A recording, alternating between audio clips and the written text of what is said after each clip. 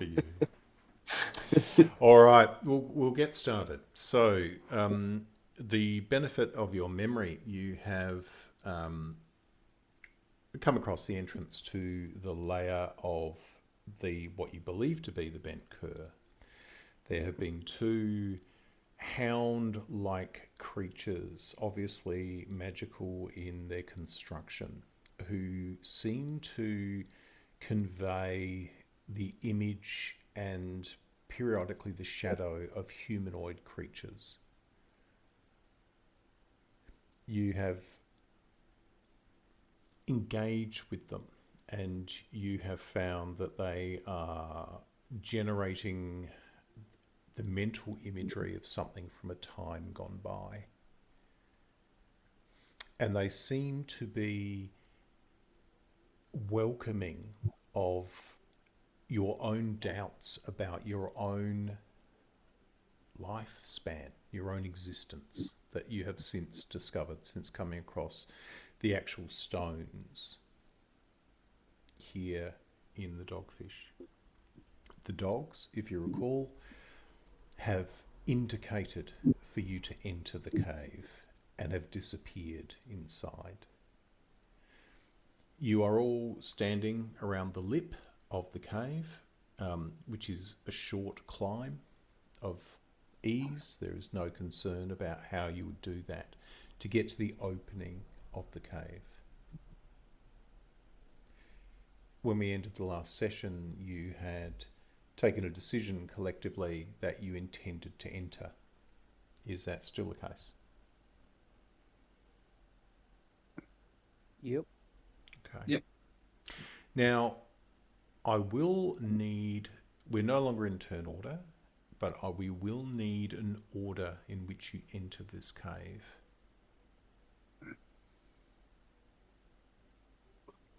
To start, did you guys use any of my inspiration last session? Because I think I had 3 at last count. No, I don't believe we did. No, the last session was not. There was no real conflict. It was just working through a variety of points. But you raise a good point. So you do have 3 inspiration. What does everybody else have? I think I have 2. 2. Yep. Anything for anybody I think I else? just, Sorry? I think I just have the one. The 1, right?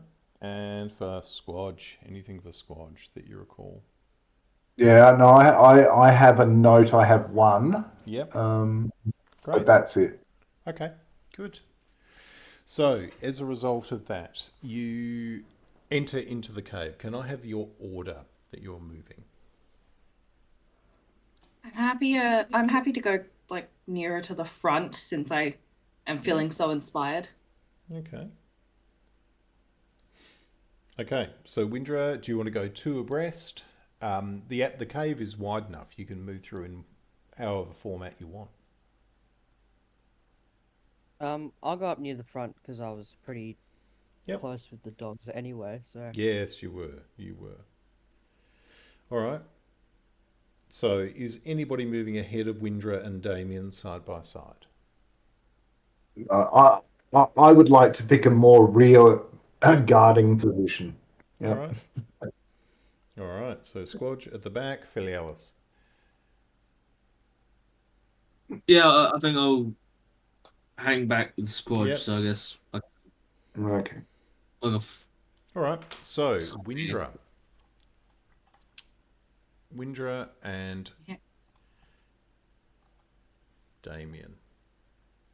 You enter first into this cave, and as you come through, you see that you've entered a cavern which is about 20 foot wide. As you look ahead of you, you can see that there is what appears to be an opening where some like bioluminescent light is coming out to the right of you. And ahead to the left, there is a left fork where you can see more of this bioluminescence. However, there is heavy bracken. It looks like tree roots from old tree roots that have grown down through into this cavern at some point, have grown down and formed almost like a webwork or a network which occludes movement through. Now, Filialis, when you come forward, you can see with your a bit better because you know your dark vision is comparable to Windra's, but as you come through, you can see that there is a gap in that network of roots that you could move through. Right? As I said, the tunnel to your right is a pulsing sort of aqua green bioluminescent light is coming out of that space.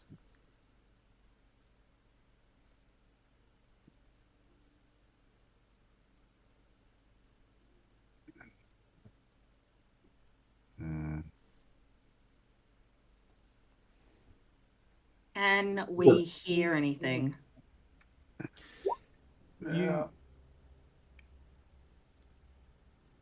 You hear the sounds of water falling, condensation from the ceiling. You hear like a bubbling sound, which is rhythmic and pulsing. You don't have any doubt that what you're hearing in that bubbling is geothermal.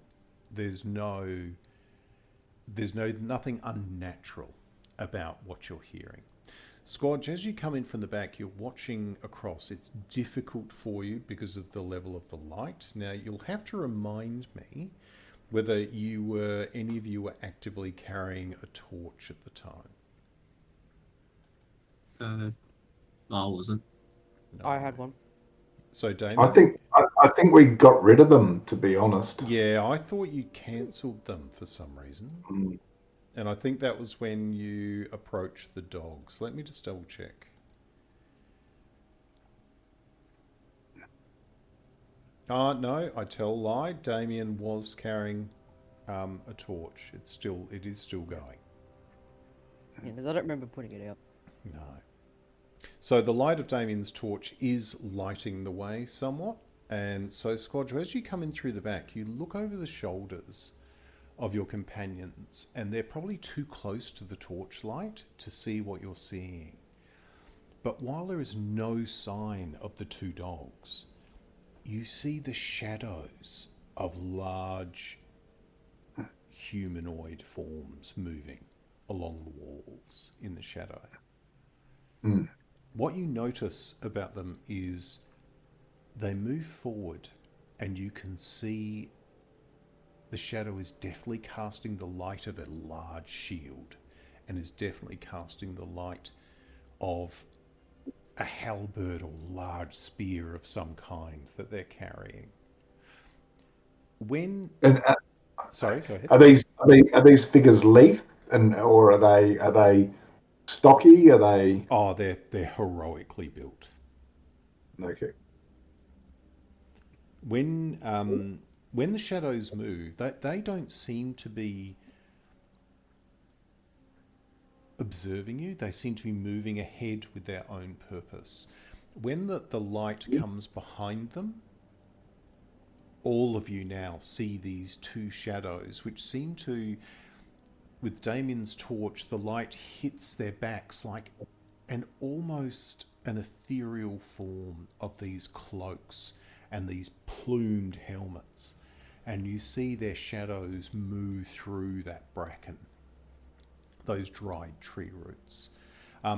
One of the Squadge, when because you focused on them and you saw them from behind in the light of the torch, as they move forward, you notice there is a pommel over their right shoulders as well.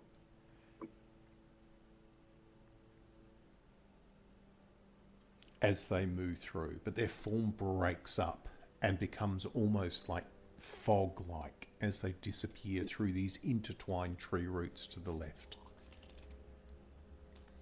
I've just made a history roll to see whether I can recognise the armour configurations or the if I've seen anything anything like this ever scripted or listed anywhere? Look, I will tell you, 17 is an excellent roll, but because you don't have proficiency in history, you think you've Yeah. seen this somewhere before. Mm. Perhaps on a fresco, perhaps on an old wall. Give me an intelligence roll, just a straight intelligence roll to draw on your memory. I start pointing out to Gilialis Yeah. what I can see, just to make sure that, oh man, Mm-hmm. and it's rather distracting because I can do one thing at once, right? You know Yeah. you have seen it, but you don't know where, and you can't pick the detail. All right, so you draw out to the tire that the signs of these heavily armored shadows as they move through. I explain. I think they're the dogs. I think that they're the forms within the dogs. But you know, we can see something physical, but what's being cast is their true or previous forms. Okay, so you have what I'll say is while you've done that and you've studied that, you know, inherently you've been moving forward slightly slowly, and you're now in sort of the junction point between these two passageways within this tunnel. You, as you get closer to the right-hand side, Windra, make an insight roll for me.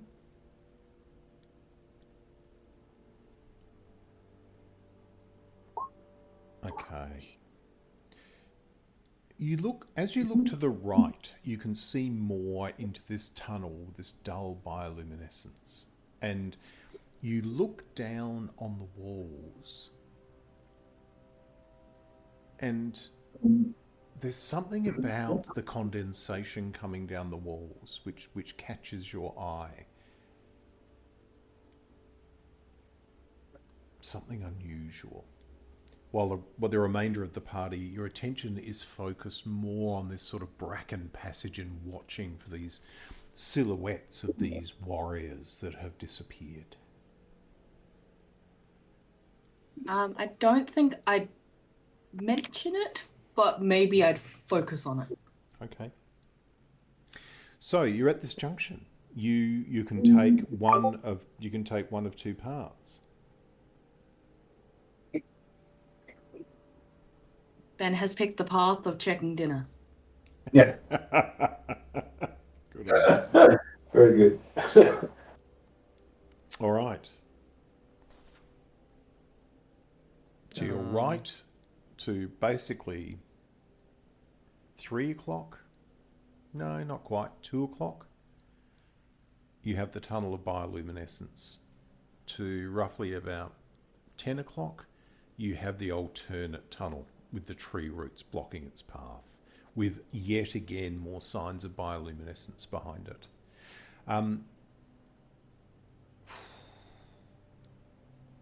No, that's about all you can see at the moment. So with the one with with the tree rich one, like, would it be like squeezing through, or would it be better to like open it up a little bit more? No, they're dead. They're petrified. It looks like these are trees that perhaps were here when the sunlight used to hit this place. But the roots it's a network of roots which have grown down and petrified in place. The spot, Filialis, that you can see is probably about 12 inches wide. You can see from this angle, it's probably about 1.5 feet deep to get through.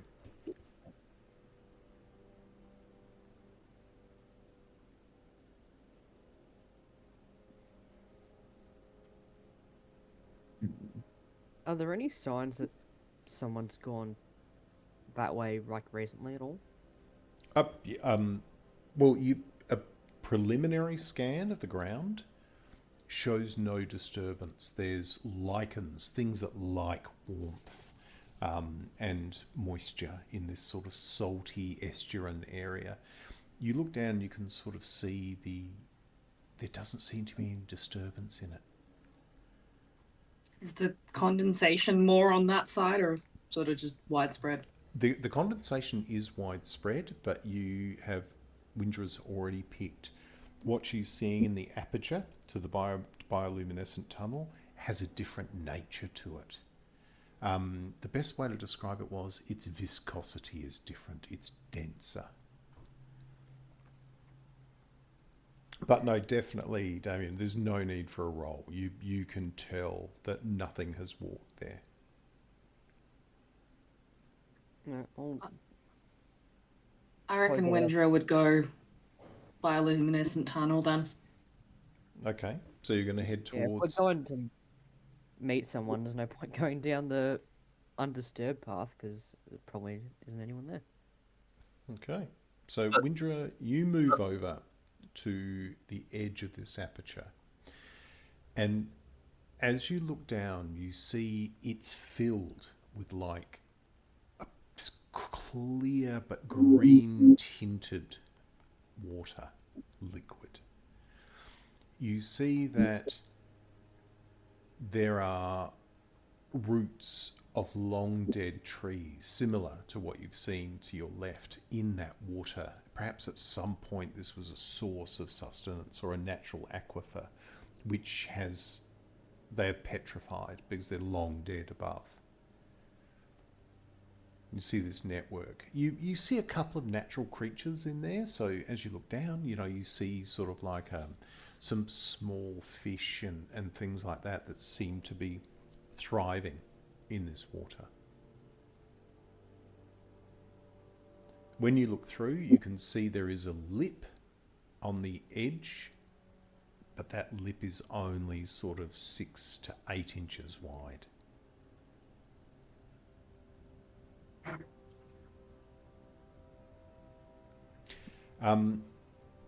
You look, as you've moved forward, and the rest of the party, you sort of move forward that sort of 10 feet or so further in, with Squadch hanging back a bit. Damien and Filialis, you can now see to the left of you, through this webwork of dead roots, you can see there is a radiant, natural light and heat moving out of that tunnel. It looks like the residual light that you would get coming from lava or something similar to that.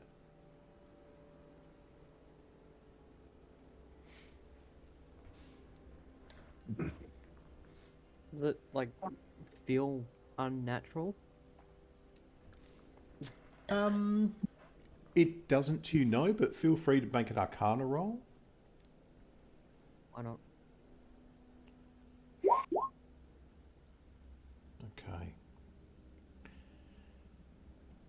The heat and the light is natural, but there's an aspect of it that is not.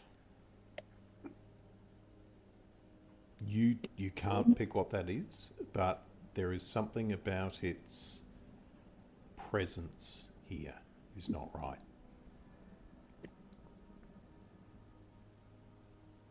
Can I sort of like Yep.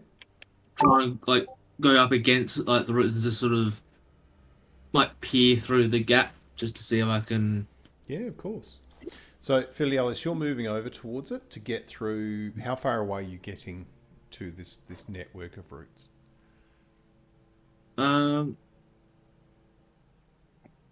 Well, I think I'll like actively look in the gap that I've seen. All right. So, not being large, you sort of get up towards the edge of it and get down on the ground and look through. What you can see ahead of you, with the benefit of this light source from the heat, which is probably about maybe 100 feet away, you can see that there are like large root segments of ancient trees and things are in a cavern ahead of you. The cavern is probably about 50 foot wide. What is catching your eye, however, is the glint of light coming off something metallic in there.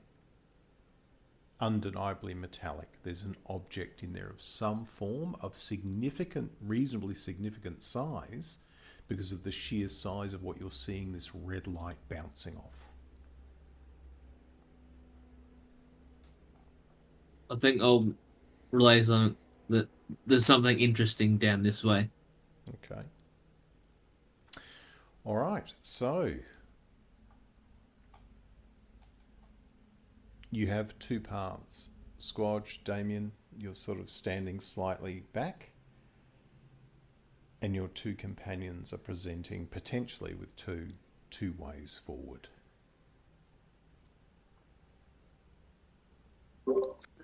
I look to the tie, the knot tire, Mm-hmm. like expecting an answer.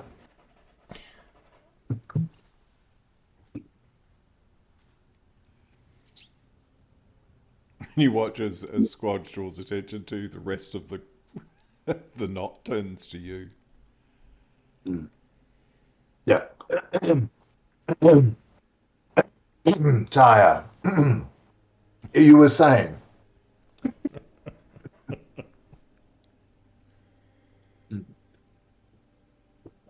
Also, who would be like the biggest, like the tallest member of the party, so to speak?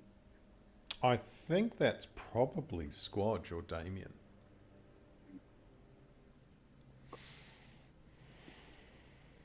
Because I think one of them should see if they can get through the, like, Yeah. see if the gap will accommodate them. Because there's no point going that way if only like a couple of us can. There's no point sitting up a bit. All right. So when you Squadge, you having a look at this space, you are used to sneaking around a little bit. But give me a stealth roll to see whether or not you think you could get through this. An acrobatics or yeah, okay. Stealth. Yep. Sneaking Yep. through. How can you get through? I think I can. All right. You think you can, but it's going to be hard. But if you can get through, Damien can get through. Definitely Windra should be able to get through okay because of her size.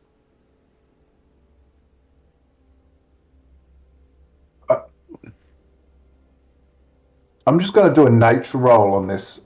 Check out these roots, Matt. Do they move? Are there signs of it moving anywhere? No.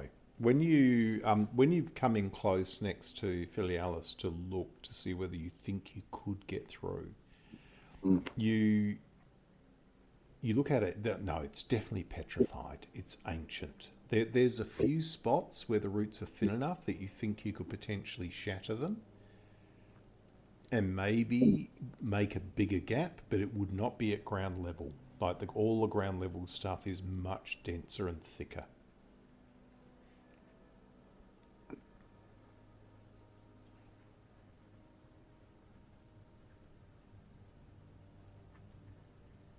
We don't have a bard with us, do we? Does anyone play a musical instrument? Let me see. It is the time for music. I mean, the best I've got is a sickle. And that's more on a choppy, clear the way. I'm tone deaf, so not happening. No, I think you need training in the tools of music to be able to. Well, I've got proficiency in a pan flute. There you go. But I don't have one. I think. Well, so Matt, with a stealth roll, does that mean I can get through, or I think I can get through? You think you can get through. All right, I'm going to try and get through then. All right. So now we have an acrobatics roll. So you're going to go first and try and drag yourself through. Yeah. Okay. I'm happy to. This is. Ah. Okay. Go ahead. No, Oh, I you have, did. sorry. All right. You are dragging yourself through, Squadge, and you get to a certain point and you feel like your shoulder gets jammed to a certain point. And you move your shoulder around a little bit, but you can't seem to dislodge it from this angle that you've got when you start twisting around.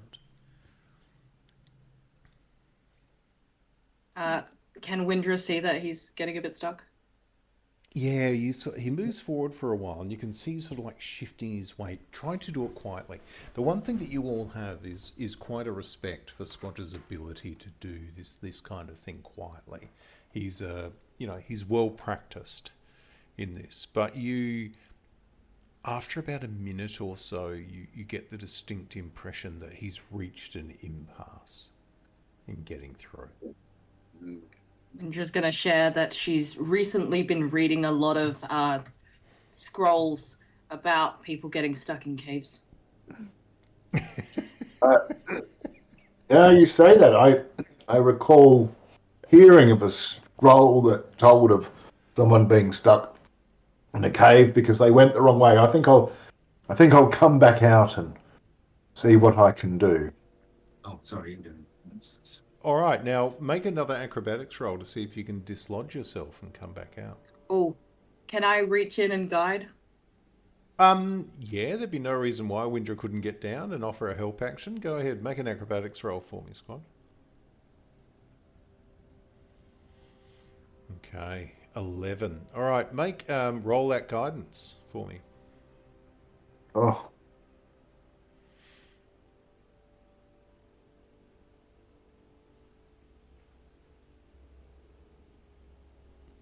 Squad. Oh, I have to roll it? Sorry. No, Squad does. No.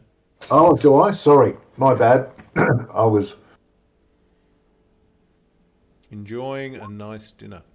All right, so with that, Squad, just with those words from Windra and this surge of energy that comes through you, you just manage to rotate your shoulders and pull yourself back out again.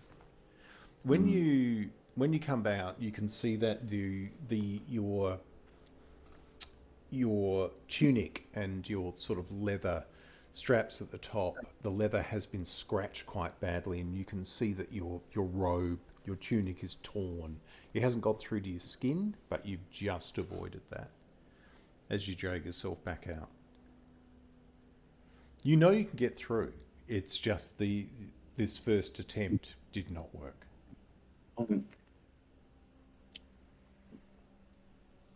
Wow. Okay. Do we need to roll when we use inspiration? Do we need to declare it prior Yes, to you the do. roll? Yeah. If it's in result to a targeted action. So I can offer you inspiration in relation to a situation that you have a chance to recover from. But if it's something that you're planning to do to change the odds of another attempt, then yeah, it would have to be. Are these roots any higher up? Are they wider, or are they widest at the bottom? They're the widest at the bottom. At the top, the difference is there's a couple of spots close to the top where they seem smaller and more fragile, potentially breakable. And is this one of the two ways, and the other way is a lot easier? The other way is what Windra has seen is it descends into a liquid, and there is a lip around the edge, sort of like the right and left hand edges of this cavern, about 6 to 8 inches wide, that she's seeing.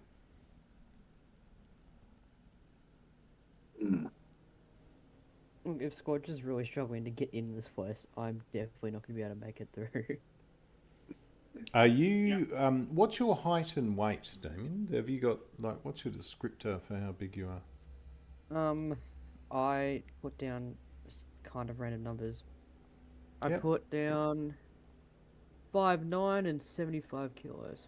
Yeah, no, you're smaller than Squadge, I think. I'm wearing scale mail though. I feel like that will make it. Yeah, no, definitely. What you're wearing will have a factor in it. Awesome. All right, I'm going to give it a go again. All Like- right. This is what our party thinks is best, and Yep. I'm part of the rope that holds the knots together. Okay. Are you using your inspiration, or are you not? No, I don't need to, because You're a my professional. acrobatics roll will succeed. Fair enough. You're a Oh. professional. Right. Roll a fumble for me, please. Oh, Oh. yeah. None of those things happen to you. You are not dazed and stunned. You do not fall. But you are stuck. You are stuck. Is that for 1d4 rounds? Sorry?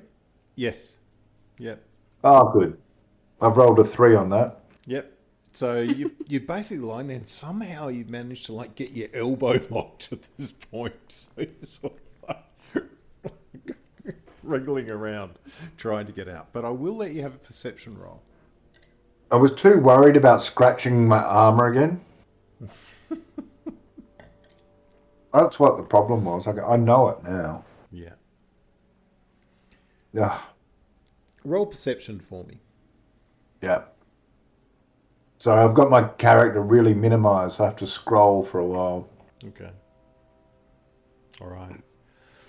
Scott, you are lying on your back on the ground with your head out of the hole. Right? So as you're looking back slightly to kilter with your shoulder up against your ear, right?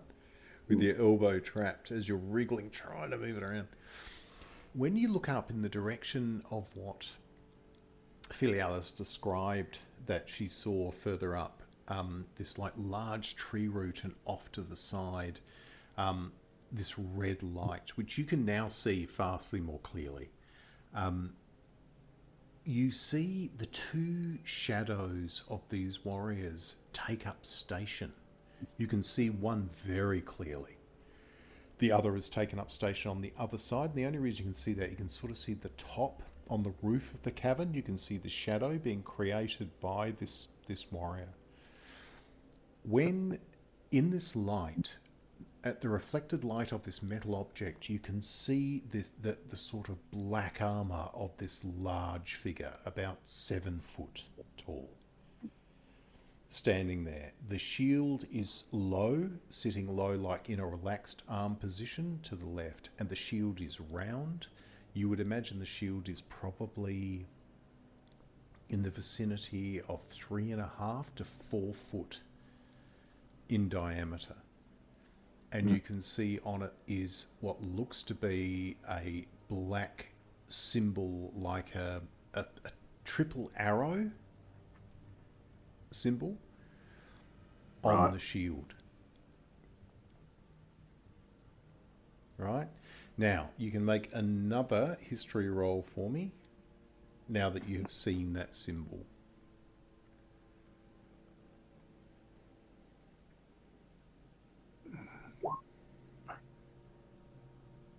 Okay, now you remember.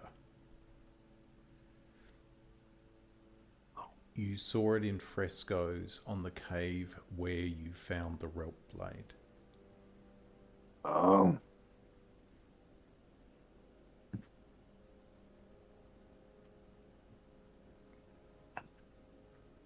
You have seen that form, that armor, and that symbol.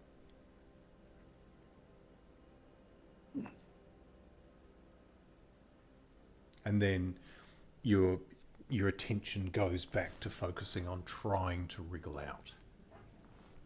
Oh no! So I say,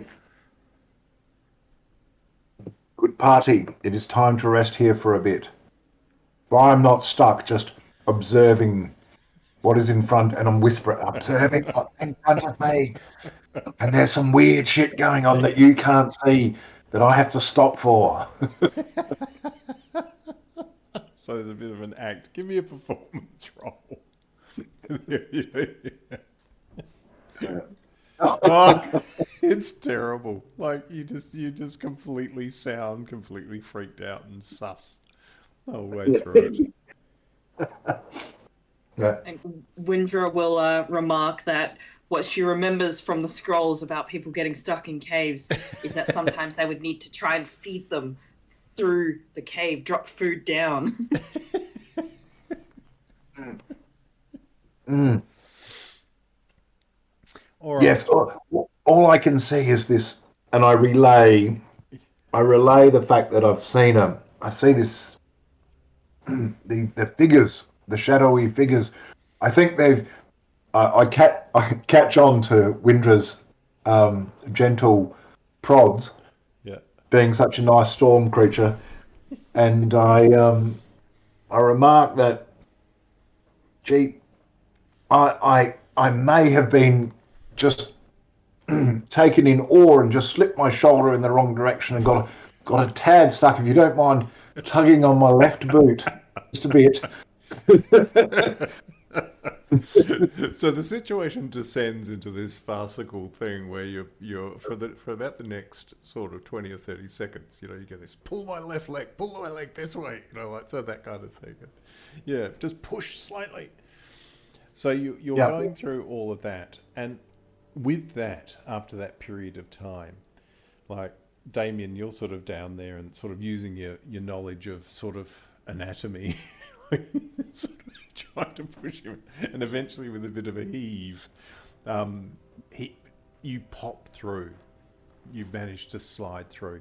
But what I will say to you, Squadge, is it has wrecked your tunic. Like your tunic is cut down the side, it's stripped. You've sort of managed to get yourself through. Whenever you thought that you might actually sustain an injury, you've stopped going forward and everybody has to rethink the plan, and then you've restarted again. But you have actually pushed through this gap to emerge into this chamber. Windra, when you turn around from helping Squadge, and you can see the liquid in the tunnel to the right of you has been slowly rising, and you can actually see that it's moved beyond the initial lip of the opening by about a foot or so, while you've been focusing on getting Squadge through this hole. I kindly and not stressed at all ask if their tunnel continues past where Squadge is. Well, Scott, you're on the other side, and now as you look ahead, you are struggling because Damien's torchlight is on the far side of these tree roots, and the luminescence coming from this heat. But even at this distance, you can see what seems to be living plant life within this pool of molten element. In front of it, you can see what looks to be a large bronze or brass bowl, huge brass bowl looking like a cauldron on 3 feet. And on either side of it are these 2 shadowed figures with this light behind them. They are now, what is concerning is before they were shadow, Now they seem to be casting a shadow themselves. Yes, there is a great expanse, and you shall find it much easier coming through now I've managed to widen the pathway for us all.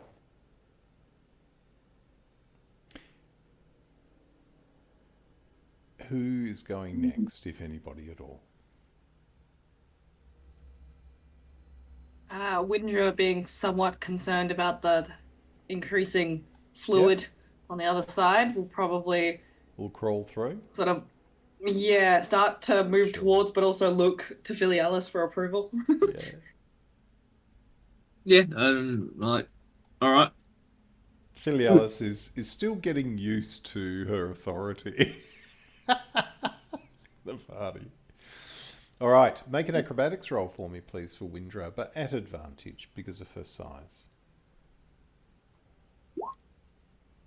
Oh, easily. You get through. You're guided in some ways by the fabric left behind, the places to avoid from Squadge's tunic. And you come through to the side with Squadge sort of like pressed against the wall to the right-hand side of you. What you do notice is the green light that you saw faintly through before this red light became more intense is another opening into that source of green aqua liquid, which you can see obviously from the lichen. You can see there's like sort of plant and lichen is floating in that, which probably wasn't before. Now, thinking about it, it could be because the tide is coming in. You know, there could be like water, underground water coming in through the tide, which is pushing this water level up. You're not quite sure. All right. But Windra might whisper that to Squadge, being like, "You think the water's getting higher? Yeah. Which water? Which water? So your answer comes pretty quickly. Yeah. You look ahead of you also, Windra, and you can now see the same form of these two. Still shadowy, but somehow dense warriors standing by this bowl. However, the bowl is what is familiar to you.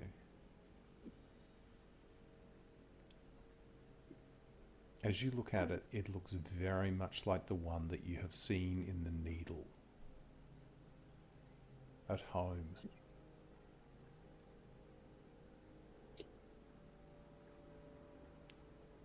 The one on the storm plane within the needle sits upon a plinth of magnetic rock at the base of the needle. It can be seen by anybody from the outside. And you've always worked under the premise that it plays some role in gathering the power of the storm away to protect the homes of the people at Devil's Crossing. Do I know this to be of my people's creation or of something else? No, it's definitely not. It's been described as something that was found there before the needle was made.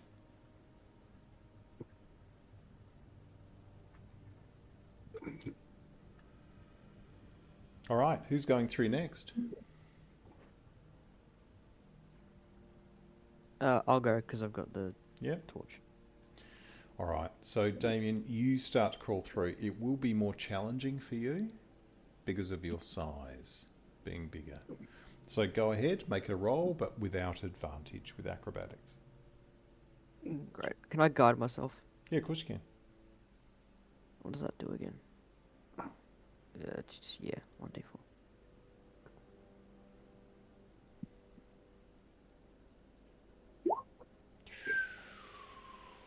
Okay, so Damien, like squad, you have gotten stuck. That sounds about right. Now, you don't have proficiency in acrobatics, do you? Okay. No. All right.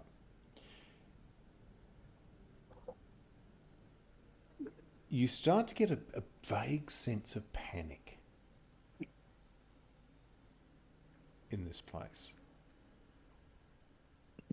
And you look to the side, in amongst all these roots, you can see there's little cracks at the base of it, to the wall, which would be to the right of the party.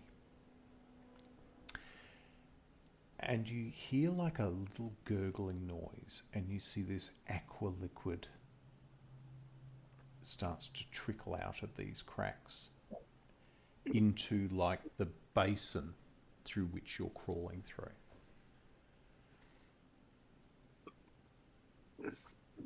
I want you to make a wisdom saving throw, but the DC is only 7 as panic starts to well up as this liquid comes through, and you clear that out of your mind. Like your medical training in your mind, you just set that to rest, but for the briefest moment, I'm trapped here and there's water coming in. But it passes. All right, make another acrobat. Oh, go ahead. I was just gonna say, am I able to I have a shovel that I have Yeah. somewhere on me. I'm gonna try and use that to kind of chip away at the bits that are kind of making it hard to get through, if possible. Yeah, of course. But make a dexterity saving throw for me. Oh, Just lovely. Great. Yep, so you managed to get hold of it. You managed to like get your arms down and grab hold of it and start to make use of it. Well, hopefully that will help me out. Yeah. All right. I'm rolling acrobatics again, am I? Yep, go ahead. And then I will guide myself again, just in case. Right. Oh, 2 failures in a row. Yeah, Now, you're seven's going to gonna have help. to think of something. With 2 failures in a row, I'm going to say that your next row will be at disadvantage unless you can use the appliances that you've got. So what are you doing with it? What are you trying to do? Break pieces out, or Yeah, stuff that's getting caught. I'm getting just caught trying on, to I'm just chip it trying to- around? Okay. Yeah, so I have more Alright. wiggle room. He's wrapped up in my cloth. Yeah.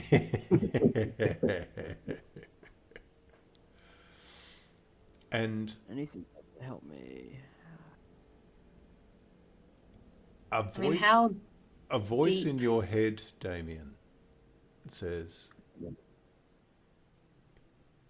use the voice. No, I don't want to. Sorry, go ahead. You were going to say something, Annie? I was gonna ask how deep or like how far from us is Damien now? Like, can I feed a rope in?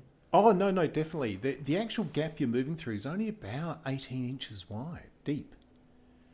It's just the angle, the tree roots and everything. It's just if you get yourself in the wrong position, the bigger 2 members of the party can get themselves locked in there. As Squadge found and now Damien has found. So Damien at the moment is like, you can sort of see his shoulder jerking. He's like working on trying to get himself out of where he's locked in. And trapped. If Winder notices this, she would probably go. I've also heard in the scrolls about people getting stuck in caves that sometimes they try and feed a rope and we kind of like shimmy it around and we all tug. Okay, so you're going to start pulling your rope out. All right, so what I'm going to say, that will definitely give the help action. So it's going to bring Damien's next roll back to being a normal acrobatics roll with the combination of his own action and the rope as it goes through, as you're feeding it. But you do notice, Winder, as you're down there helping him feed the rope through, and Filialis is on the other side as the rope pushes through and helps sort of try and anchor that. Where Damien is lying, you can see that the water in this little depression he's in is now probably about 3 inches deep. It's sort of coming up to sort of here on your shoulder. The one thing you do notice too, Damien, is that when you move a little bit and you get a little bit of the water seems to touch the sort of rudimentary part of the voice of sleep, it crackles like there's a reaction to its contact with this water.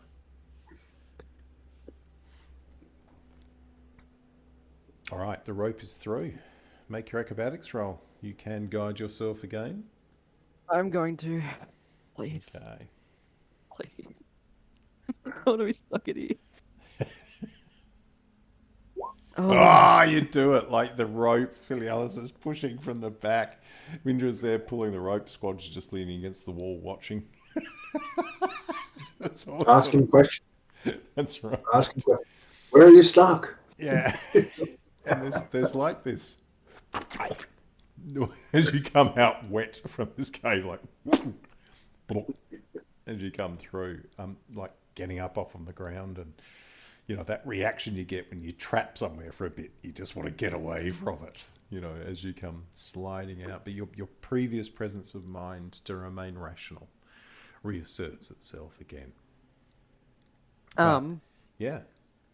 Just before we move on though, because of that interesting reaction with this water, I'm gonna take a couple glass vials out of my alchemist supplies. Yeah. I'm gonna collect some of it. Okay. When you pick it up, because of your medical background, you know, Windra, you can see that Damien picks up on the same thing you saw earlier with the water that was running down the wall. It has a viscosity which is unusual. So when you're putting this water in, it's not seawater.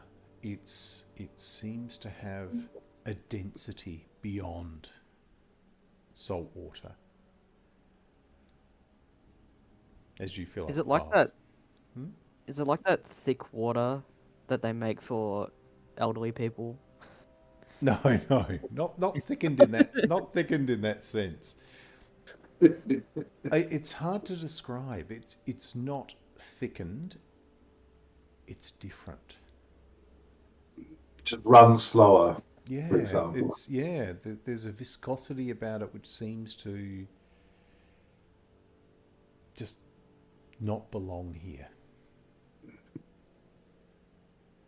But I'll grab some for testing at a later date. Yep, you gather your samples.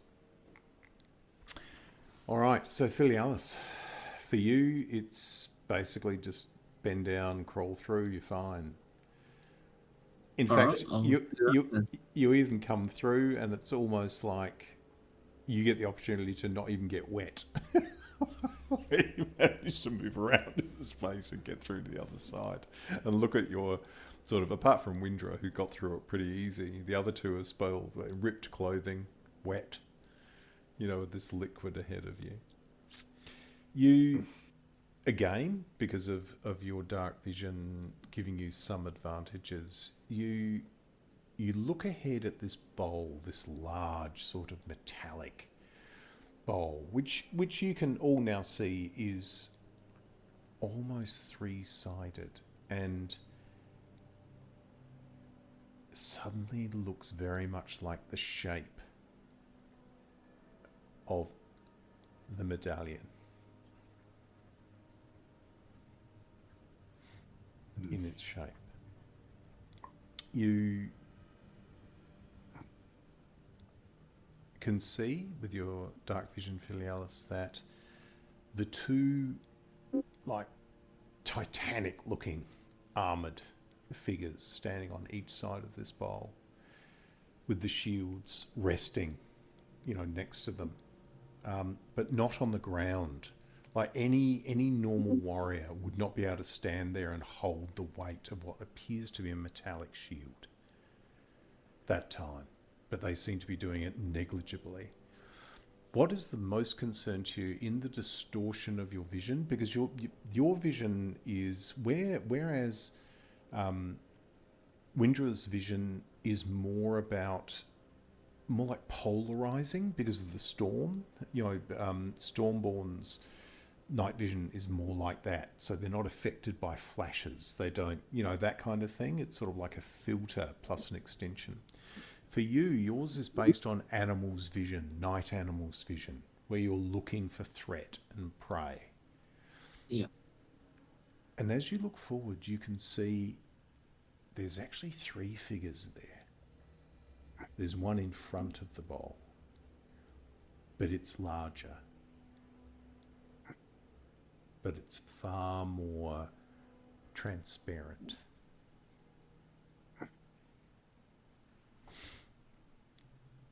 All right. So the figures that we are talking about, now that you're through, the actual large sort of brazier come bowl is about 70 feet ahead of you, and there's this sort of like lava looking pool that's generating heat is probably about 30 foot wide and about 15 to 20 foot deep up against the back of the cave wall.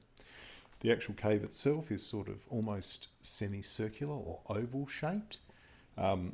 It's dominated by this huge base roots of some ancient giant tree that sits in the center, and the bowl is behind it with the 2 warriors probably 10, 15 feet behind it. So it's still partially obscured from you. Nothing is moving to make a threat to you. But all of you now notice that liquid is rising at a higher level. Not alarmingly quickly, but like the tide, it starts slowly and then seems to start happening quickly.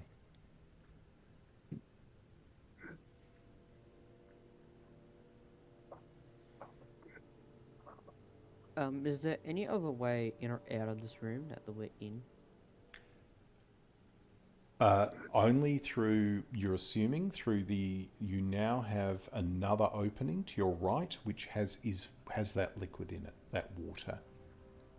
So there's another cave entrance to your right, which Squadge is just standing near, but has been moving inching a little bit further in as, the ground seems to be softening a bit with all this lichen and substances built up.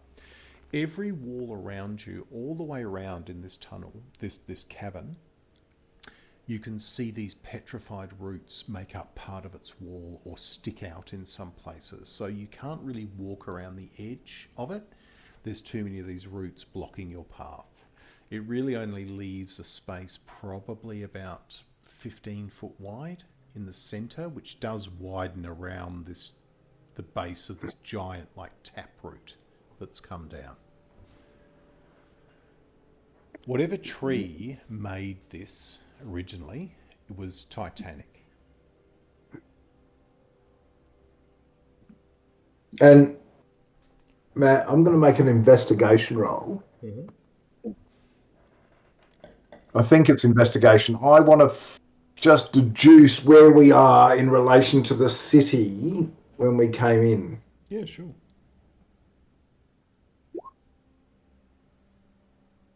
Okay. Like, are we... I mean, obviously we're on one side of the river because we're only allowed to depart on one side of the harbour. But would we be in the vicinity of the statue is really what I was trying to ascertain.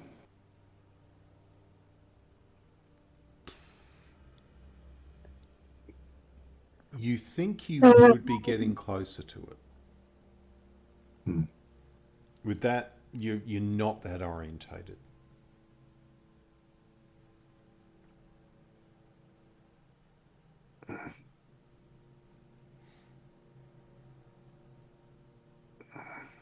Okay.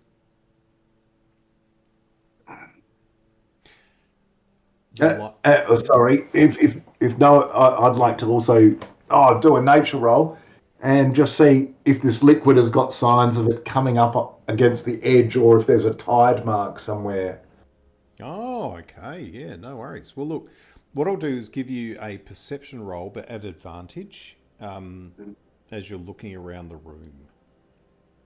Now you know what you're looking for. Yep, easily. You can see that at this liquid, you can tell by the roots, the colour of these petrified roots as they go up. There's about, in the middle, at the top, there's a space probably 4 foot wide, 4 foot in diameter. At the top, about 2 foot clear at the top. That shows no signs of that liquid level.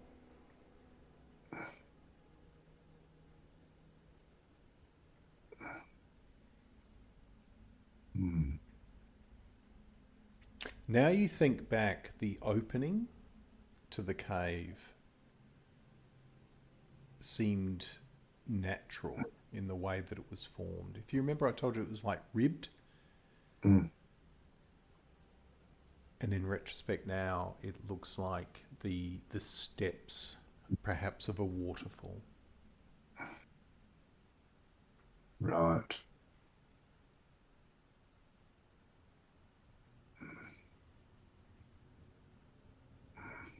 I share with the Okay.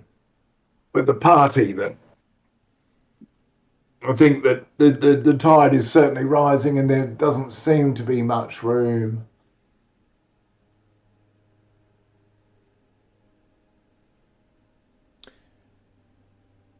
Windra will be portraying more concern for everyone else. With the nature roll also, Squadge, as you're talking, you look down, you notice that some of the petrified roots at the bottom that are now coming in contact with that water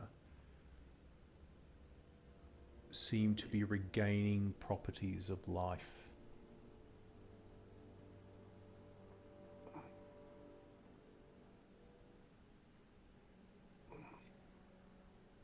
Is the lava moving at all that we could see? Like, is it rising or anything like that? From this distance, it's difficult to tell. But from you standing there just watching it for a while, it doesn't seem to be. It seems stable.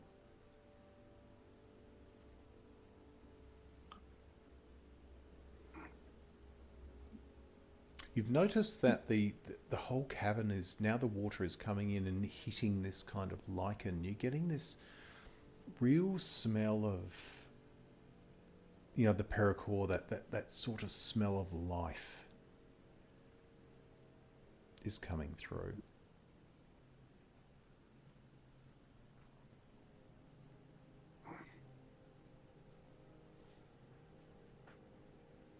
Shall we venture forth to the statues? All right. All right. You start moving forward. You get about 10 feet ahead, and the ground underfoot gets drier. And you're getting that cracking of bracken that's sort of dry enough to break, but hasn't been dried that long. And as you walk along, you can sort of see there are some rocks to the left of you, naturally occurring rock that hasn't been eroded by water at this point. And you have to dodge around these dried, petrified roots. And as you're moving forward, you can see this huge taproot aperture with the roots coming off it into the ground.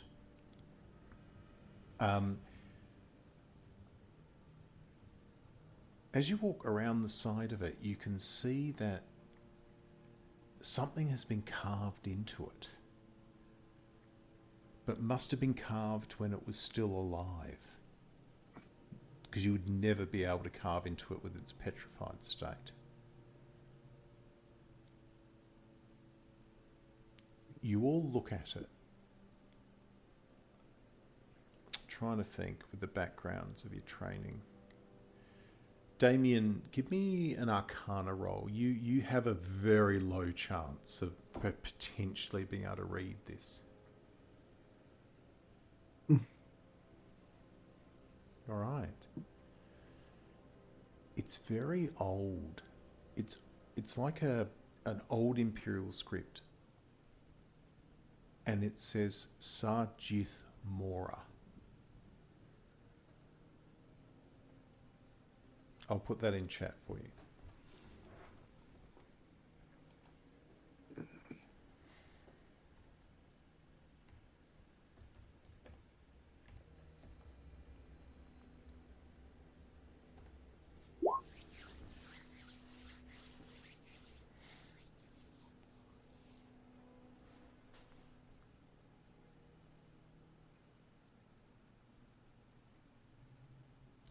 It's Aramic, old Aramic.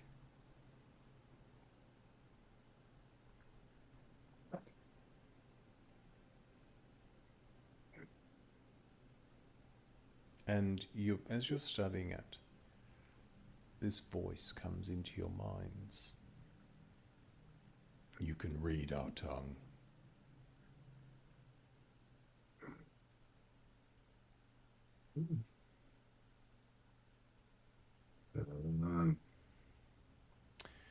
In front of you, the third shadow that Filialis saw, you see what looks to be first forming at the ground, what looks to be like tree roots start to form.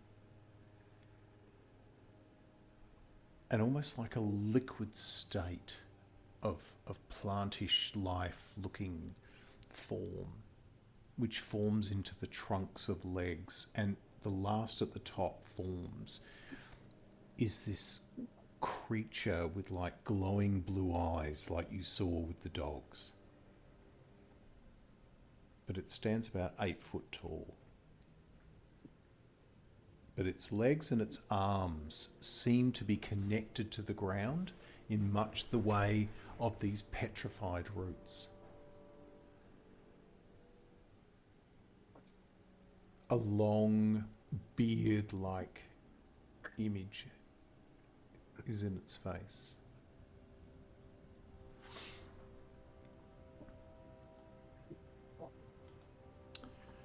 So what I'm going to do is move something across for you to have a look at.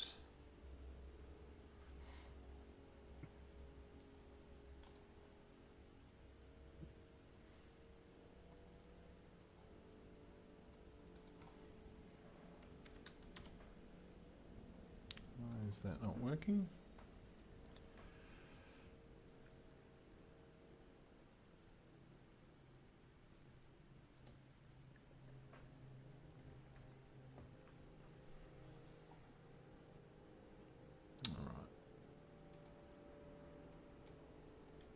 So the thing you see looks like this.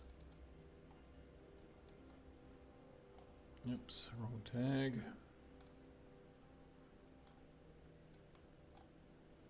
Okay.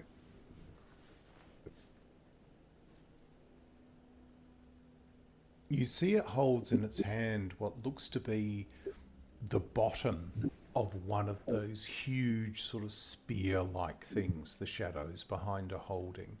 Its other arm is more like a root, and you see that it's joined, now it's fully formed, it's joined to the ceiling. You see as it moves, it's sort of stunted in its movement, with its left hand being the only thing that seems free, and its head can't seem to turn a great deal. You see where, while it has signs of a mouth, the mouth does not open except for a small gap, which you can see like the liquid and condensation pulsing a bit out of it. And its voice is coming directly into your mind. It's not speaking to you vocally.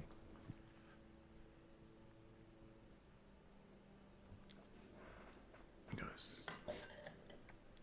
"It has taken time for you to come.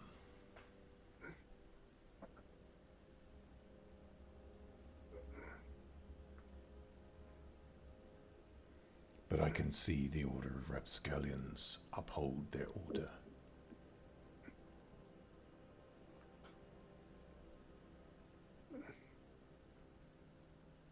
I see no Gazanot.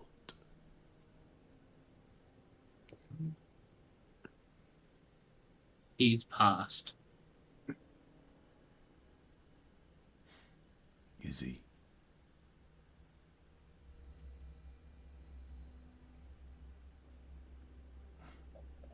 I mean, as far as we're aware, at least.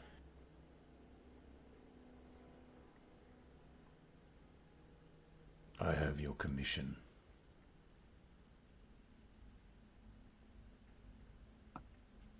And you see the head tries to turn. This it's clearly apparent. This creature is locked in this place. Has become part of this place. Over time. You see it turns back and looks to the large bowl behind it. Come forward. Inspect the vial.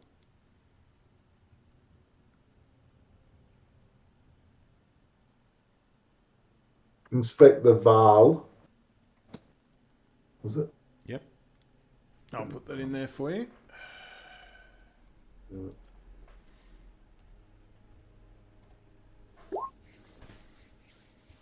Hold it. Double A.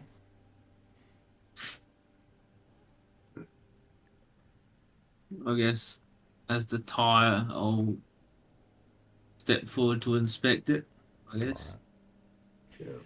Your diminutive form, Filialis, you move past this creature, and as you move past it, you can see parts of it, particularly its base, where perhaps what were once humanoid legs are now petrifying into these forms. There's a huge essence of natural magic here. There's some incredibly powerful force it's using to animate itself. Like it's fighting back against time.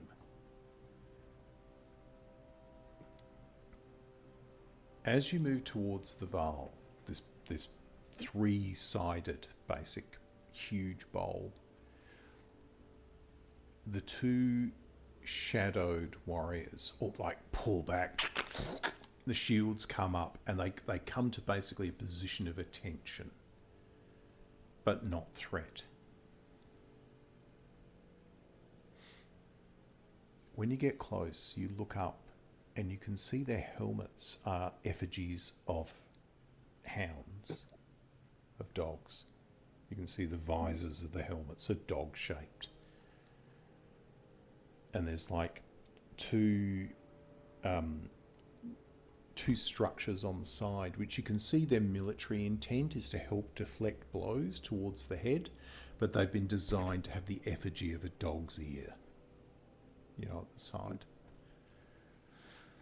When you approach this bowl, you feel the same energy that you did when you approached the dead stones.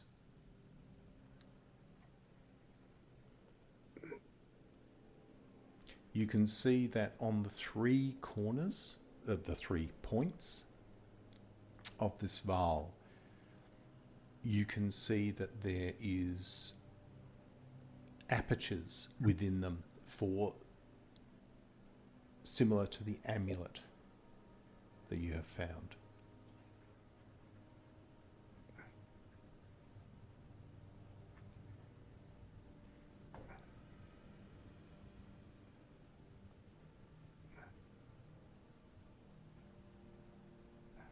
The rest of you, you've seen Filialis move forward, and this figure which is in front of you can't turn its head properly because of its physical limitation, but is seeing what it is. And it goes, you will see behind the forces of entropy approach to destroy the Val, to reclaim its essence. And you can see that one of the feet of this vial is probably only about 3 or 4 inches from the edge of this bubbling heat liquid, which now that you're close is not lava. It's something else. It's almost like a reddish version of the liquid in the cave. And you can see there's a faint smoke from a slow chemical reaction along the edge, which could have taken years, thousands of years, you don't know.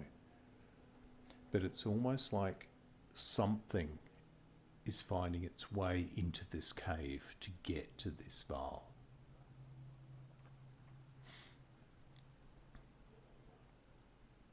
It goes, your commission is to locate the other 2 keys to this vial. Gazanolt has already given you 1.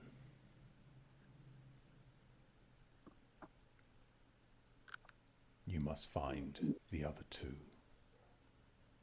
It is good in the commission the Stormborn was provided as agreed.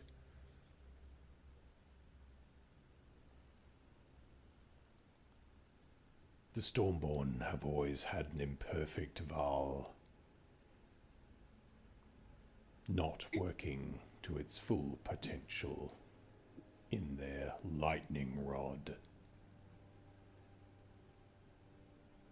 1 key lies within that vial.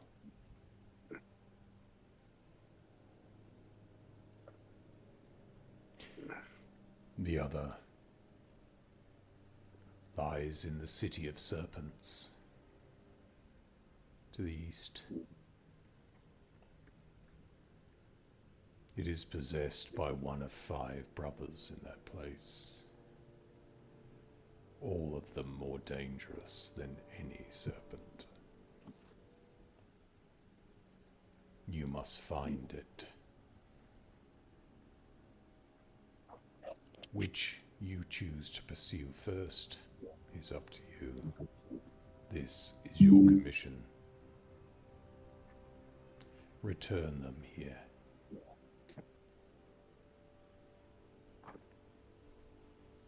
Return them, and I will remove that which blocks you regaining your own living essence from the dead stones.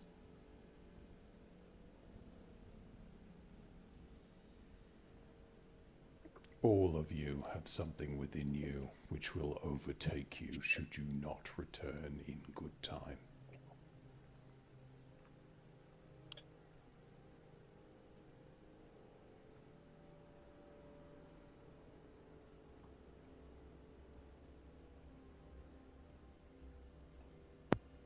I sense... Pleasure doing business with you. Go ahead. Pleasure doing business with you. Now, one thing I will say to you is that all of you know that one of the primary precepts of the order is that it is done for a commission of a fee which is agreed to by the chapter house. And that fee should never be the well-being of the knot that has been sent for the commission. There is never a blood price to an order's commission. If this price has been accepted, it can only indicate one thing, that there is corruption or an outside influence within your chapter.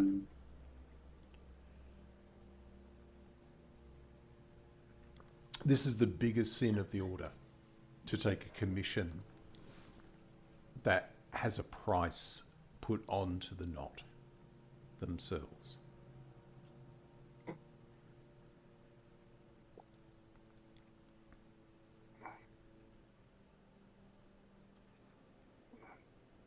You have all heard stories about a thing within the orders of Rapscallions that is, it's been referred to as the Solemn Council, because nobody hears about it. A corrupt element.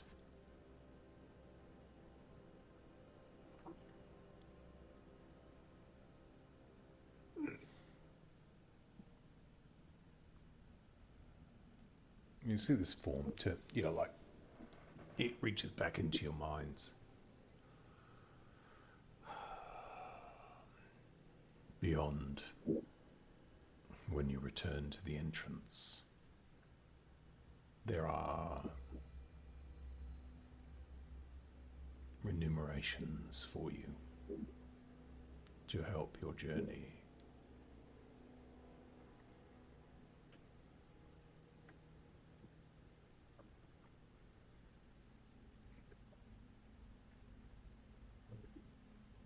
Do we get the sense that that is the actual price, or that that is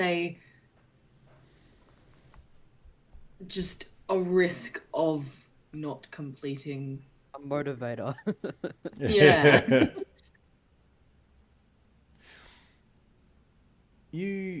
All right. A really good question, Annie. Make an insight roll for me for Windra.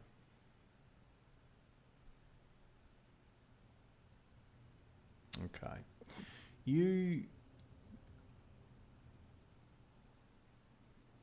There's an element to this that isn't right, in the sense that, based on what you experienced at the Deathstones, based on how Gazanolt went missing the night before, before you disembarked, it seems like something had prepared and waited for your knot. Gazanolt had gathered you together for a reason.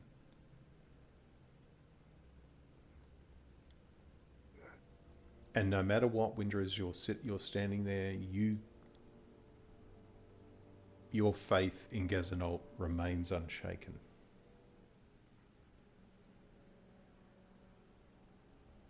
This was not done to plan you harm. You don't know what the long game in this is. You've got no idea. But you don't think Gazanolt was part of it.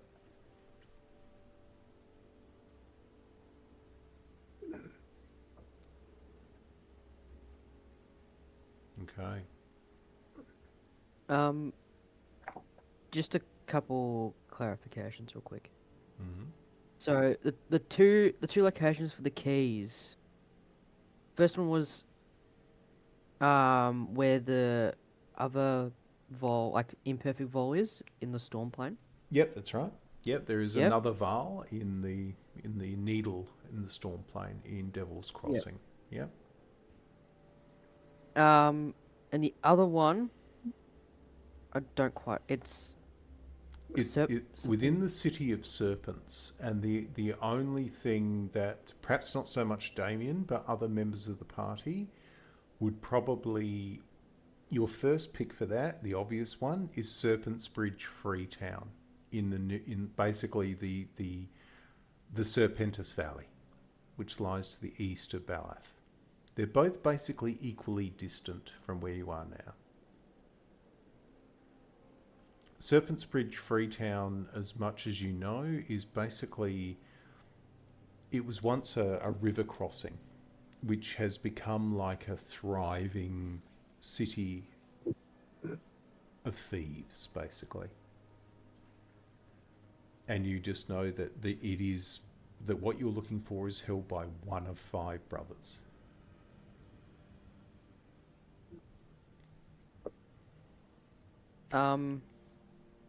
And also, are you able to just describe the vol itself again? The Val looks very much like the medallion. It's 3-sided, and it has it's a triangle but has curved sides. So it's not a circle. They sort of come out a little bit, but it still maintains that kind of basically triangular format. And it sits upon 3 feet, which basically the 3 feet are positioned to the 3 points of the actual basin itself. It's about 5 foot across. It's quite large. It's about, at its deepest point, probably about 18 inches maybe deep in the centre. What you're looking at is empty, but it looks like it's designed to hold a liquid or a water of some form. It's definitely not a fire brazier. There's no venting, so it's not designed to burn things in. And in terms of like filigree, it's just fairly plain. They're Or very, very plain. Very plain, very ancient. Sort of think along the lines of like very early metalwork or pottery. You know, so if you were to pick up the vial and just put it in a location that doesn't look as grandiose, like just like in someone's kitchen, you wouldn't think it was of any importance. No, it's very, apart from its size, no, you wouldn't. It's just size is the only thing that makes it look a little bit different. In saying that, you've seen bowls like that, you know, bowls going into temples in Varfor, which are that size. You know, like fountain components, all sorts of stuff. Yeah, so theoretically, it could be sitting somewhere in plain sight. And what was um Sajif Mora inscribed on? The I thought it was actual root of that tree. Sorry, I'm fixing my No, notes. no. It's absolutely. It's great that you're taking notes. Yeah. So Sajith Mora is, you don't know what that means, but it's in very old Aramic text. And would I be am I very surprised I was able to read that? That's what was my picked up, or is it? Yeah, you are. Okay. Last thing for me, Mm-hmm. I would just like to ask our commissioner, what their name is, because we never caught it.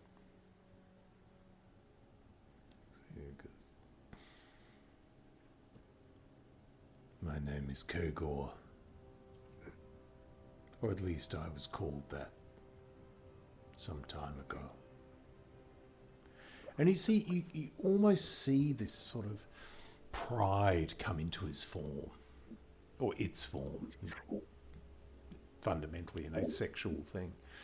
But like the back, this restricted back straightens, and you get, Damien, as a clinician, you see pain. Like every movement it takes is painful. And he goes,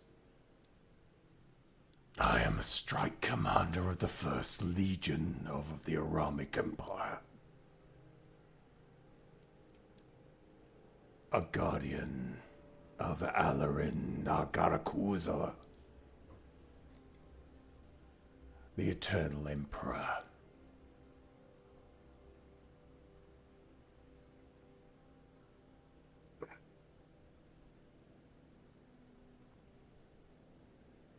And so these like dog soldiers, these are your soldiers?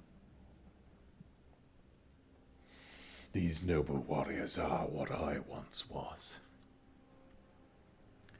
Thengar, creation of our Emperor, at his ascension to godhood.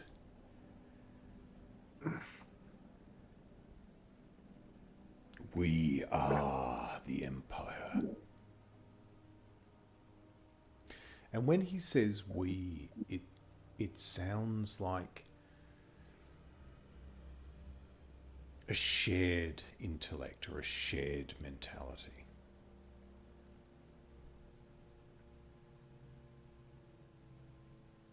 It's a royal we, but in a personal context. How do you spell that? Like the race? Thengar, just basically Thengar.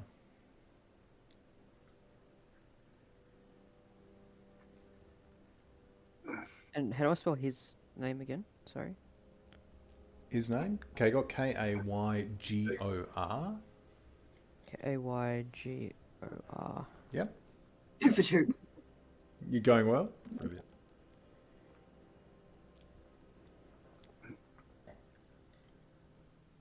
You, So why?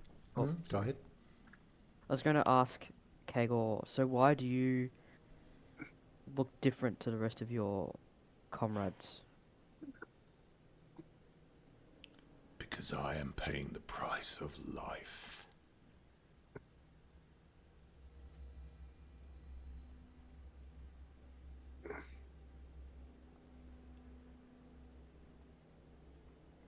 See that it moves forward, and you see the hand that does move, the left hand moves forward towards you, Damien. What's the remnant hilt of this spear, which is eroded down. When you come down, you see that it's exactly the same spear that the other two shadowy forms have, but they're not really here. And you can see it's calcified onto his hand. Like, you have this mental image that this warrior has been standing guard here for eternity, to the point that its very weapon has eroded away over time. But one thing you do notice, as it sort of leans down towards you, you see a finger, like it's almost like and you see that the face sort of like grimace as a finger breaks away from the actual hilt that it's still holding. And it reaches down towards you, obviously with the intention of touching you. What do you do?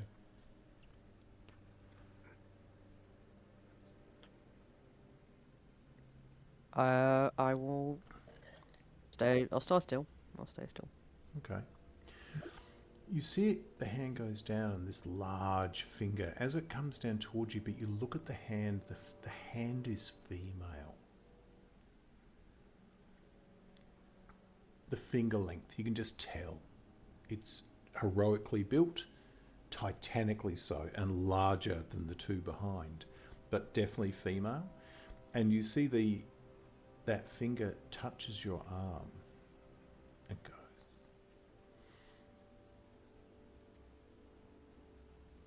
You have been poisoned.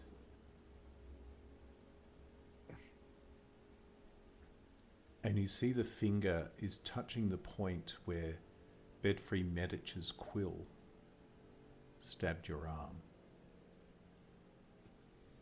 on the boat. Yeah, I'm still feeling that.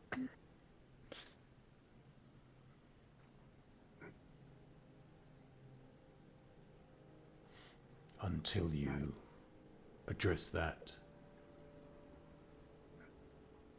they will always know where you are.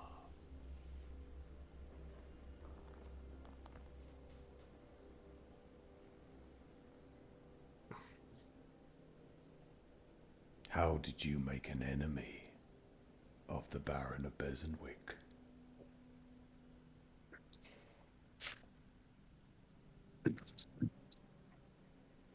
It seems you have 3 tasks.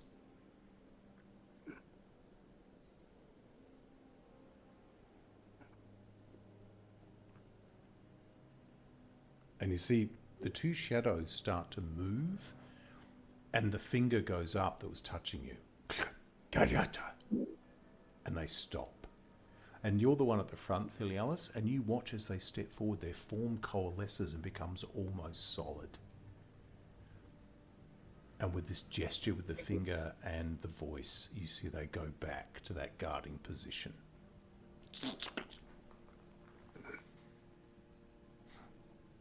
My brethren, know you have been touched. It is best you get on your way.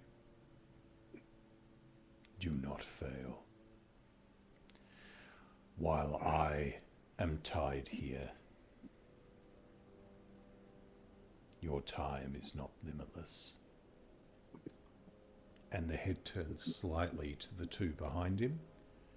He goes, I am tied here, but they are not.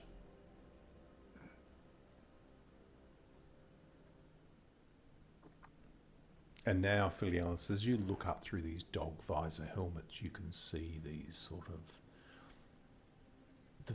you can vaguely make out a pupil in a black iris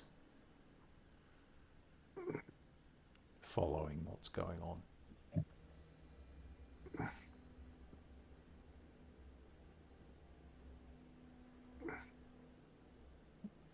All right, we'll get your keys and...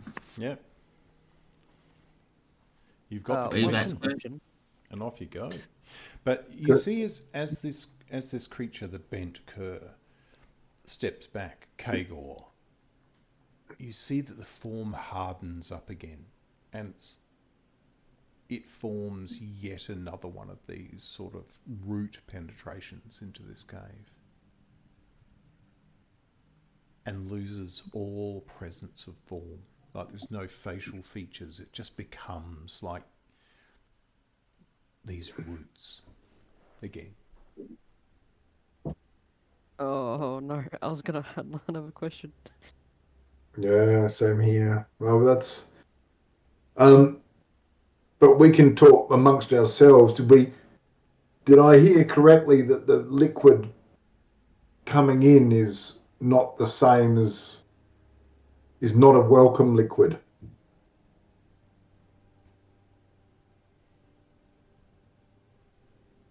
Or am I making that up?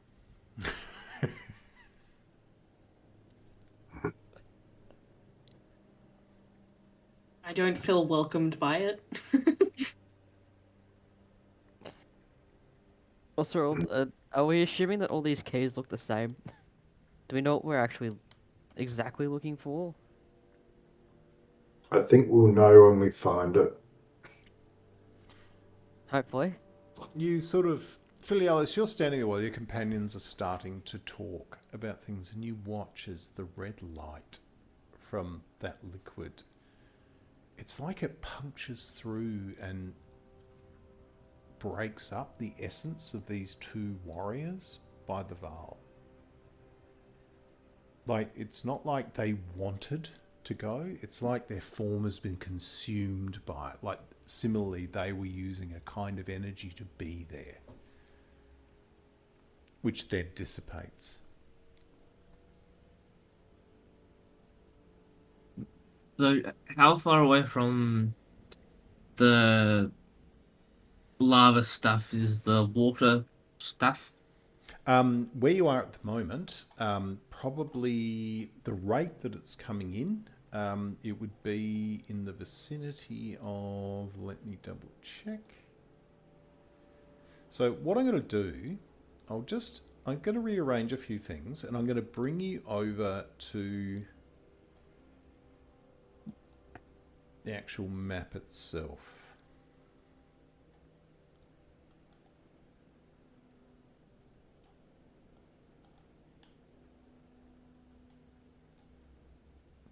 Okay. Now, the reason I prepared a battle map for this situation was on the off chance you did something really stupid and thought that maybe you would try and kill something.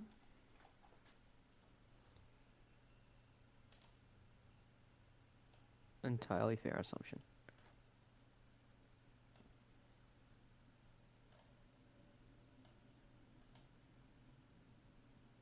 All right. So ahead of you, where you are, so this is the boundary roughly of this red liquid, right? Which has a rim about it. The Val is here. Sorry, it's not exactly the right shape I'd looked for, but that was the best I could do. And that's sitting there on that edge with one of its feet like almost falling into it. When you look at this liquid, it's it's bubbling, but it's almost like you swear in your mind's eye you're seeing like the form of a hands or claws coming out of this, or maybe it's tree roots, something scratching at the surface towards it. Where you are now, when you look back over, I'll just have a look and see how far. Can you see that ping there? Yeah. That's the source. That was the second entrance to that liquid cavern. And the actual barrier you crawled through is back here. Okay. So the liquid now, I'll just get a line out for you. Probably can't see it, but the liquid itself is now about out to here. All right. All right.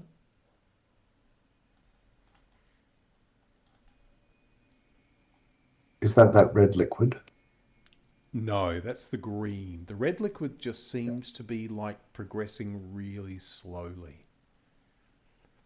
But you can't help but think its progression is like the issue for you. What Kagor was talking about. The amount of time you have. And you get this very deep feeling that the well-being, for want of a better term, of this Val is linked to your own.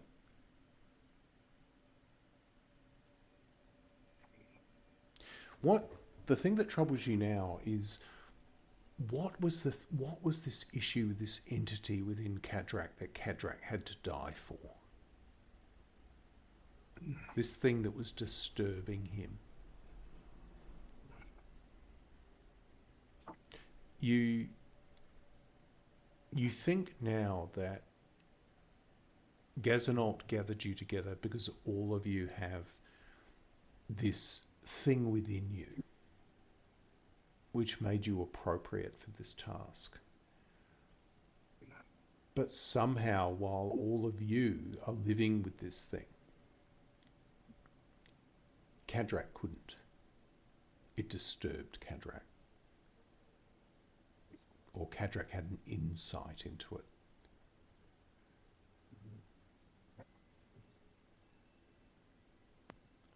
If you recall, all of you at the Deadstones came to the conclusion that all of you in some way are already dead.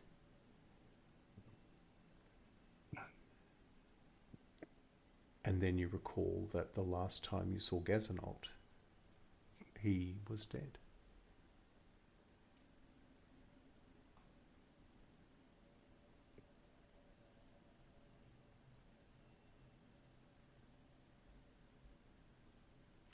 So, there you are. You're now in this empty cavern. Well, not empty. Empty of other entities, at least you can see. Apart from the one which now seems to have reverted to petrified stone next to you. In some ways, the gravity of the energies that were drawn upon by Kagor to appear to you are in some ways strangely gratifying.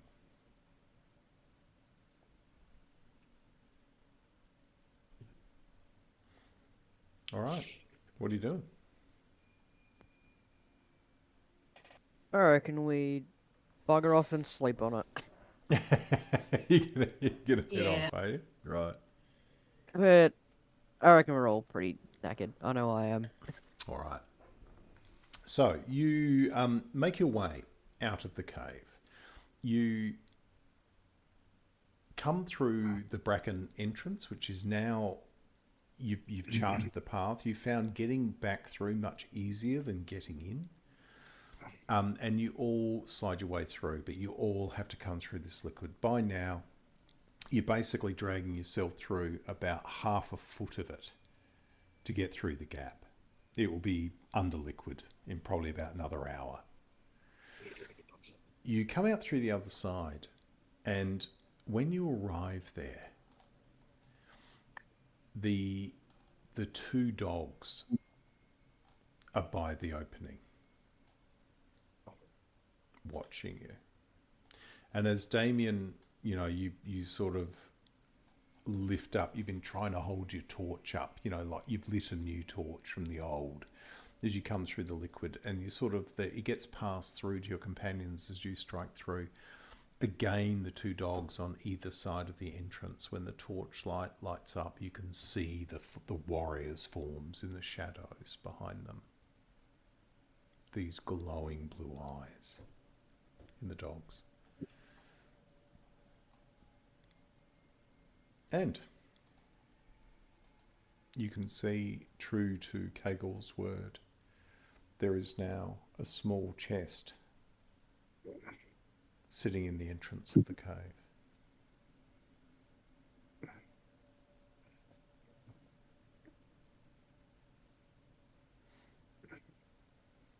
I guess Oh, I'll yeah. open it. All right. Oh. All right. So you flick it open. You see the chest is really old. And it's probably worth some money in its own right. But as you open it up, you can see it's full of gold coins. But when you lift them up, the stamp on them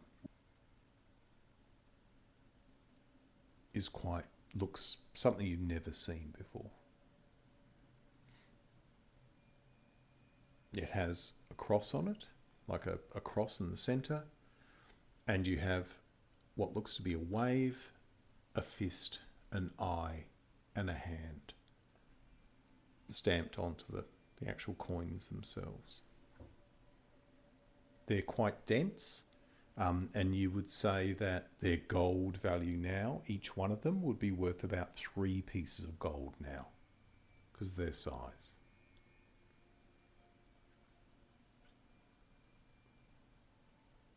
And how much roughly is there? Like, In split gold up. piece value, you would say there's probably, let me think, 11 to 1,200 pieces of gold. Righto. What's that divided by 4? What, 400? 300.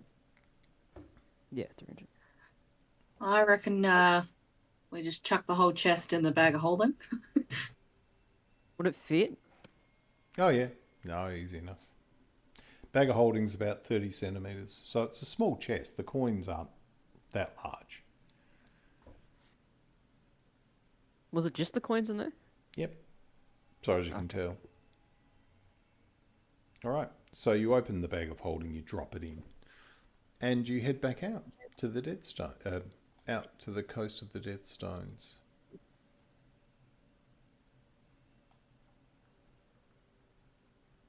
All right, let's get you moved. Is there a guy there, or do we have to camp the night over here? Look. You paid him to wait, remember? Yeah. Just to remind people, we did see another boat, and now that we know we're being tracked, I think we need to exercise caution. Yeah. Maybe tomorrow I can ask around in town, see if anyone knows how to get rid of this tracking marker I've developed. Because I don't think I have the ability to tackle that on my own just yet. Okay. So you make your way down from the Bent Cur's cave back to the punt, which you had beached down near here. You've only been gone like a couple of hours. It's, after the time that you rested, it's probably, the Grand Tavern is now quiet. It's probably about 3 o'clock in the morning. We missed happy hour. Always happy hour. So where are you heading back to? Back to the bedroll isle, to your tent? Yeah. You hired it. You might as well. I want my hit points back.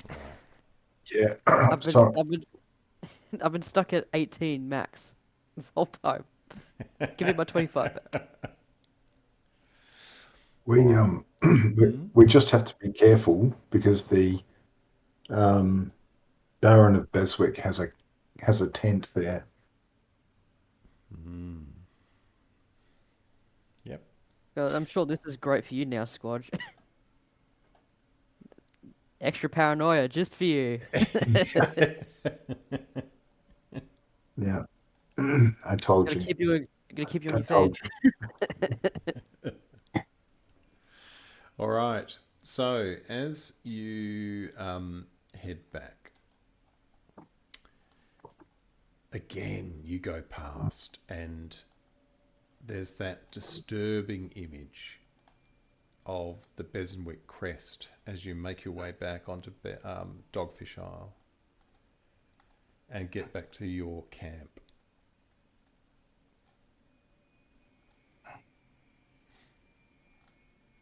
This sort of double-horned goat image that hangs in front of those tents that you saw Bedfrey Medic earlier going to.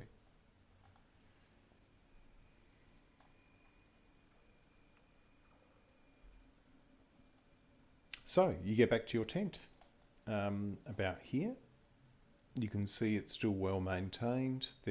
You go in, there's the food that was still left there from the part of the fee. If you remember, you went and ate, but there was dried food in there if you want to get that. There was olives, nuts, those kind of things that were set up as part of the fee.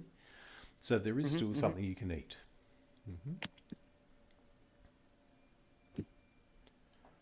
As you go back. It's difficult. I'm just checking. Yeah, sorry, go ahead. Checking for any signs of entry from anywhere. Oh, okay. So you give it a really good look over. All right. As you look about, and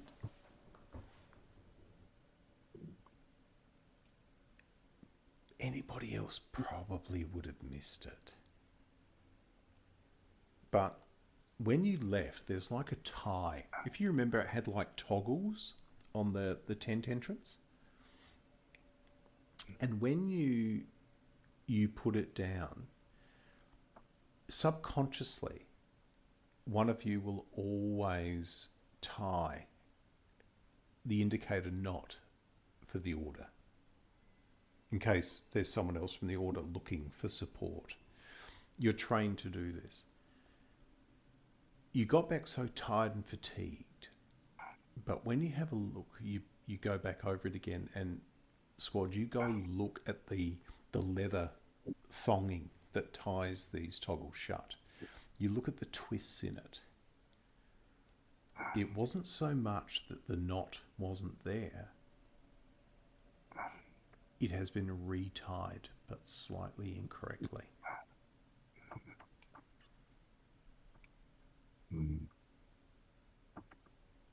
I'd bring everyone's attention to this. Yep.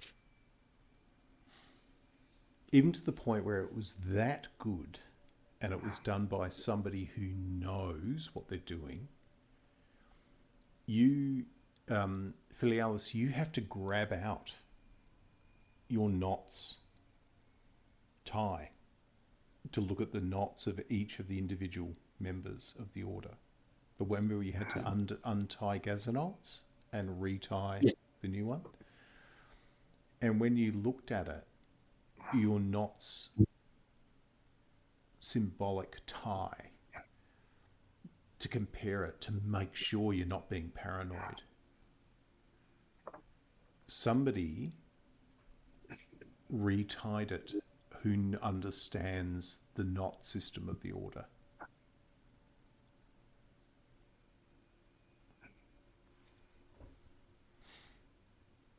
But when you look around, Wet Scotch, when you raise that and you collectively go and double check it, you very quickly look at what few items you left behind. Nothing has been disturbed.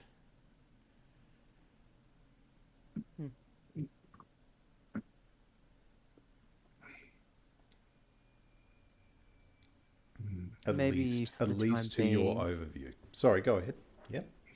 So, at least for the time being, if we want to chat about sensitive topics, we could do like a psychic Chinese whispers. Yeah.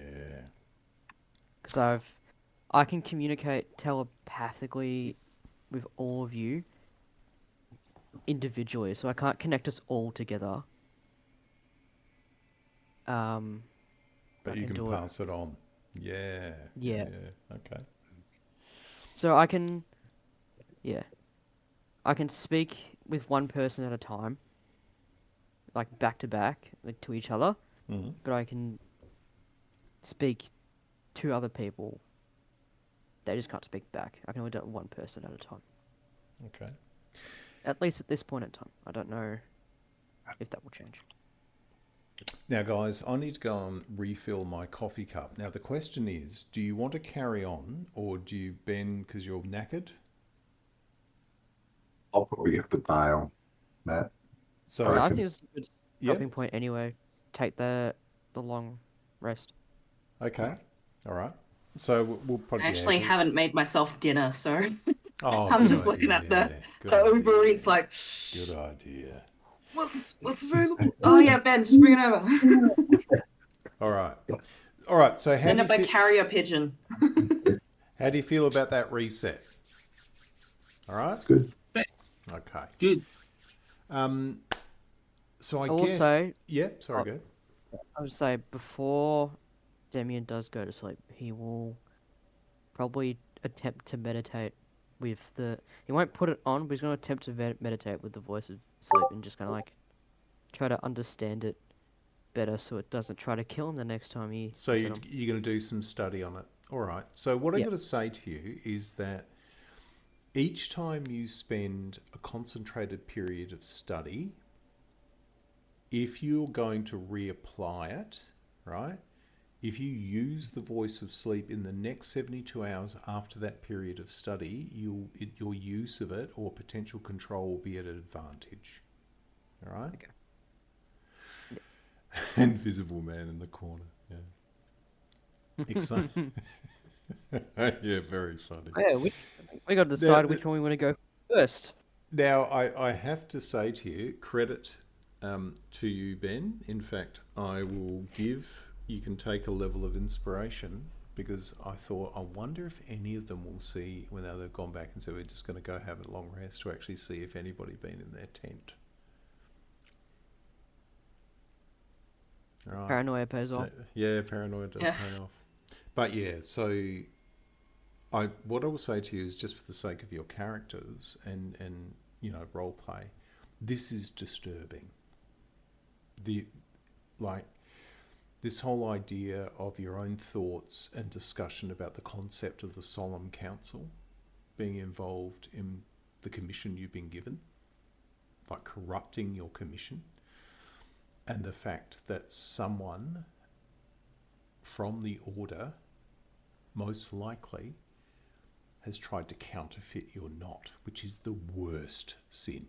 That if you recall on the precepts, you have the Lady of Luck is a concept that you believe that there's a goddess of luck, which plays a role in the knot's activities. To counterfeit a knot to you guys is effectively heresy.